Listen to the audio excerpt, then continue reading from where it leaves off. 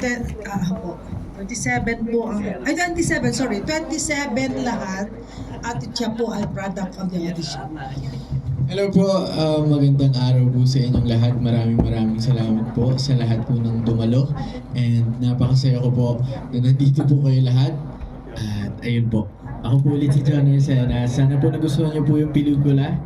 At yan po. Hello, ako nga pala po si Kate Yalong as Madeline. Maraming salamat po sa lahat po na pumunta dito ngayon. Ayan, sana din po nag-enjoy po kayo sa palabas. Okay. Kanina pa nag-emote sa pelikula. Si June Lalin siya unang magtatanong. June? Nung time na yun, nakita mo yung mga kalaban mo. Actually, opo.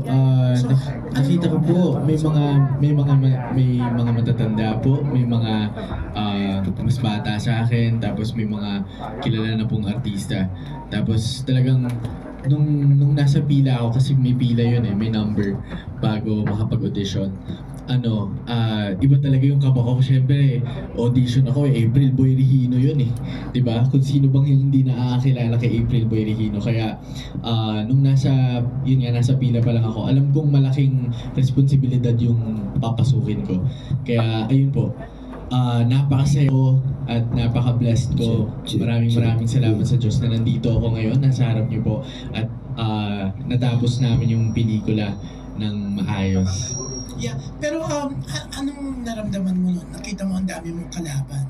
Opo.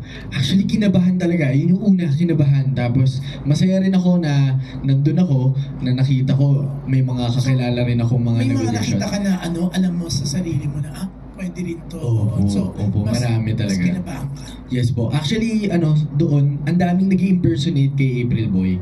Yung mga sumali sa Pilipinas Got Talent na nag-impersonate kay April Boy. Kaya, yun, kinabahan talaga ako, pero laban pa din. Pero anong paghahanda ang ginawa mo for the audition? Ang paghahanda ko po talaga is, kinilala ko talaga ng, kasi ako kilala ko si April Boy as yung sa di ko kayang tanggapin, singer, ganyan, yung gumaganon. Pero, hindi ko siya kilala personally. Kaya ang ginawa ko, pinanood ko po lahat ng pelikula ni April Boy. Tapos, hindi lang pala siya singer, hindi lang siya basta singer. Rin siya, nag-artista rin siya. Gumanap rin siya sa mga ilang pelikula. Kaya ayun, pinanood ko po lahat yun, inaral ko yung mga kanta, tapos inaral ko kung paano siya kumanta. Yun talaga yung pinaka-preparation ko, inaral ko kung paano siya kumanta. Yeah, hi. Yung Kate, yan. Yung Hello Kate, po. yan. Kate, ikaw, nag-audition ka rin bilang Mrs. Regino, Madeline Regino. As Madeline, tinawag po ako sa office po nila Direk Efren siya ni Madam Marinette. Tapos pagdating doon, sabi nila, ay nako, pwede ka, kamukha ka ni Madeline. So, nung time po na yon, hindi pa din ako sure na ako po yung nakuha, pero yun, pinag-uusapan na po. So, nag-audition ba po ako? Yes, nag-introduce po ako sa kanila, at yun po, yung ginawa. Siyempre, yalong ka sa showbiz, kilala yung mga yalong ng MSET. No? M7. M7 kasi Yes, siya. po. Tapos Siniswerte, di ba? Yan, kamag-anak ka nila? Actually, yes po. Yung lolo ko po talaga si M2. Pero po, hindi ko talaga na-meet pa si Ben Yalong in person. Pero yun po yung lolo ko, si M2 po. Mas matanda. Kilala rin naman siya sa show, di ba? Mga niya, M2? Yes, opo. Yan. Congratulations, ang bongga. Maraming salamat po. Pero November 27 na kayo, no? Yes, November Yeah, 27. good luck. Maraming salamat po. Tay ko po kasi idol niya po talaga si April Boy before pa. Kaya nung nagsisimula pa lang po ako kumakanta, naririnig ko po lagi yung mga kanta ni April Boy. Yes po. So, ano yung pinakamahirap na ginawa mo for this film? Actually, ang pinakamahirap is yung preparation kung paano ko gagayahin si April Boy. In terms sa pagkanta, nag-attend po ako ng vocal lessons para lang ma-attain kung ano yung boses kasi ni April Boy. Dahil sobrang napaka-distinct ng boses ni April Boy. Kahit ako, nung ginagaya ko siya, kaya ko ba to, ganyan. Pero yun, hanggang sa halos ma-attain ko po yung boses niya. Si Kate, hi. Gulat po talaga ako na parang, wow, ako, ang magiging asawa ko ni April Boy as a new artist po. Hindi ko po akalain na mabibigyan po ako ng Film ganitong debut. role. Yes po, Ah, opo. okay. My very first movie po. Congratulations. Maraming salamat. So hindi ka naman nervyos dahil first film mo to? Naku po, every time na gumagawa ako po ng project, lagi po talaga ako nininervous. Siguro po ganun po talaga kung mahal niyo po yung ginagawa niyo. Every time I step in set, grabe po yung kaba ko. Pero once narinig ko na yung action, doon na po naging ibang anyo na po talaga ako. Anong feeling mo na hindi na pasama to sa film fest? Siyempre po, nalungkot po ako. Unang-una nalungkot ako kasi siyempre napakalaking ng MMFF. Pero sa kabilang banda, inisip ko na blessing yon na ayan, siyempre sa tulong ng producer namin na si Miss Marinette and siyempre ng manager ko na si Sir Tyrone. Alam kong hindi nila papabayaan basta-basta yung pelikula. Lalo na siyempre si Direk Efren na nandyan. Hindi ko lang nakikita kung nasan pero nandyan po siya sa likod. Kaya confident pa rin ako na hindi nila papabayaan po yung pelikula. Maraming salamat po. Okay, thank you, Leia. Next naman from Nikki. First of all, congratulations sa inyo. Maraming salamat po. Well, ang story ni April Boy, of course, yung family, napaka-inspiring. Siguro ang tanong ko na lang, sa pag-play ng role ni April Boy and ni Madeline, ano yung natutunan nyo tungkol sa family nila at sa buhay nila? Ako po, bilang April Boy, natutunan ko na talagang nandun yung pagmamahal ni April Boy kay Madeline. Siyempre, sa unang-una sa Diyos, kay Madeline at siyempre sa mga anak niya. Kasi, biruin nyo, siya yung unang naging kasintahan niya.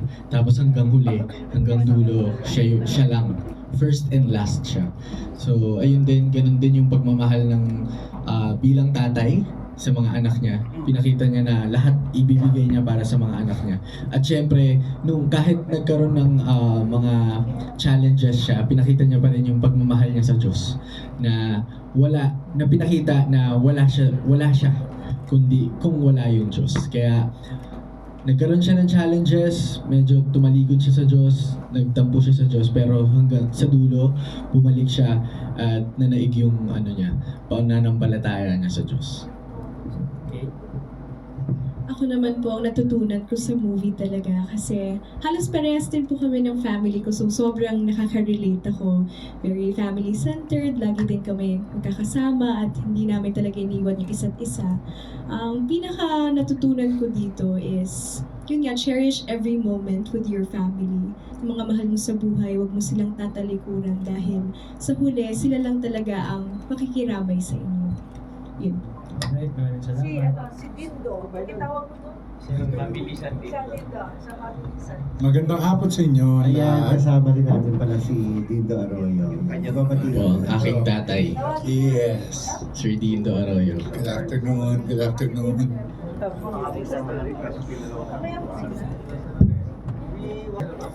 Sige, mamaya tawagin natin si Direk Efren para bibigyan na ng message natin.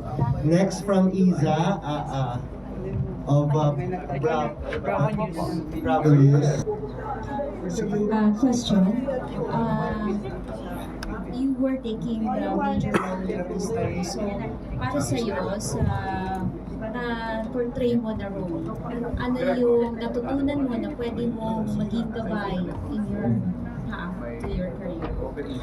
Sa buhay ni April Boy, pinaka natutunan ko na kung mahal mo talaga, kunyari, pinakita niya kay Madeline na mahal niya talaga siya. Hanggang dulo pinakita niya na mahal niya talaga si Madeline. Na hindi siya tumingin sa iba. Ganon. Tapos pinakita niya rin yung pagmamahal niya sa Diyos. And pinakita niya yung pagmamahal niya sa mga anak niya. Parang yun yung pinaka natutunan ko na kapag mahal mo talaga, ipaglalaban mo hanggang dulo. Sakit siya ng 3 malalang sakit pero nanaig pa rin yung pagmamahal niya. Challenges when you were taking Challenges po. Actually, fact lang, nung nagsimula po kaming mag-film, mag-shoot po, bumabagyo. Yun po yung kasagsagan ng bagyo. 3 araw po kami sa Laguna and then bumabagyo. 4 na araw. Ayun, bumabagyo po. Bale, yes, totoo. Lubog po yung Manila, nasa Laguna po kami. And yun po, ang lakas-lakas ng ulan. Hindi po namin alam kung paano namin kukunan yung mga exterior scenes. Yun po yung una. Kasi habang bumabagyo, yun po. Pero ngayon, sa pasok ko talaga. Meron daw, -1 si ano. July tayo nagsimula, di ba? July 18. July 18. Tapos tayo na. Okay, sige.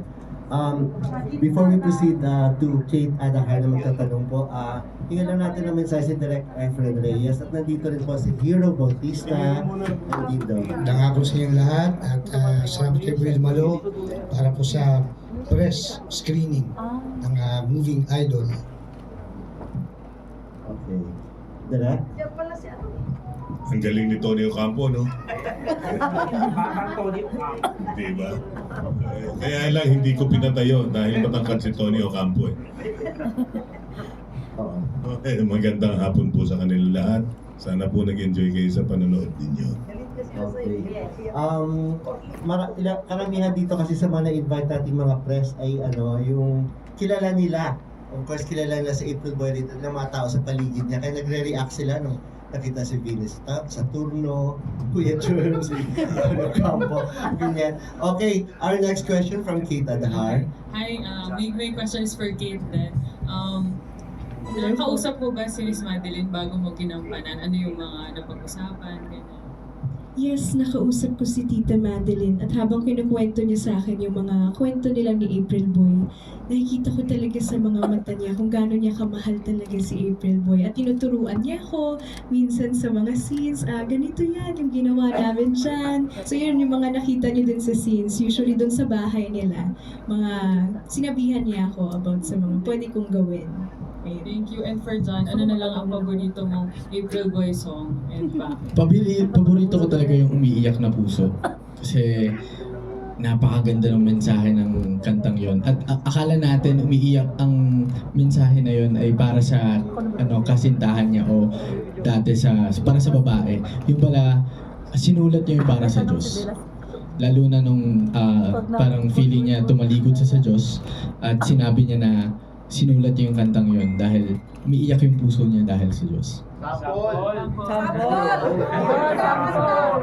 Umiiyak ang puso ko't sumisigaw, pati ang isip ko at damdamin ay humihiyaw. Mamaya na po yung susunod. Okay, at least ay yung boses talaga ni Jan, di ba? Mala April. Pakipasa Meron lang akong Yes, Direk. isasama dito sa mga lumalabas na mga pelikula ngayon at saka nagiging genre yung mga parating mga drama mga hiwalayan, yung nag-aaway na may kabit, may kalaguyo, puro away na doon parang pinakikita nila na walang forever. Dito sa pelikulang ito, dito natin mapapatunayan na merong forever. Yes! Na tunay ang pagmamahalan na depende lang yan sa pagsasama ng dalawang tao. Huwag naman natin gawing fad yung ipakita natin sa mga tao na maging ehemplo na ba okay lang maghiwalay. Hindi tama di ba? Kaya nasisira ang mundo dahil parati na lang ang example ng mga pelikula natin hiwalayan, awayan, kabitan dito, kabitan doon, kaliwaan, di ba? Doon umiikot ang mga intriga ng pelikula. Ngayon dito sa pelikula natin, ipinakita natin yung wagas na pagmamahalan na unang lalaki sa buhay ni Madeline si April Boy at ang huling lalaki. Ganon din si April Boy, ang una at huling babae sa buhay niya hanggang sa ikinamatay niya. Nagmamahalan silang dalawa. Ayan. So,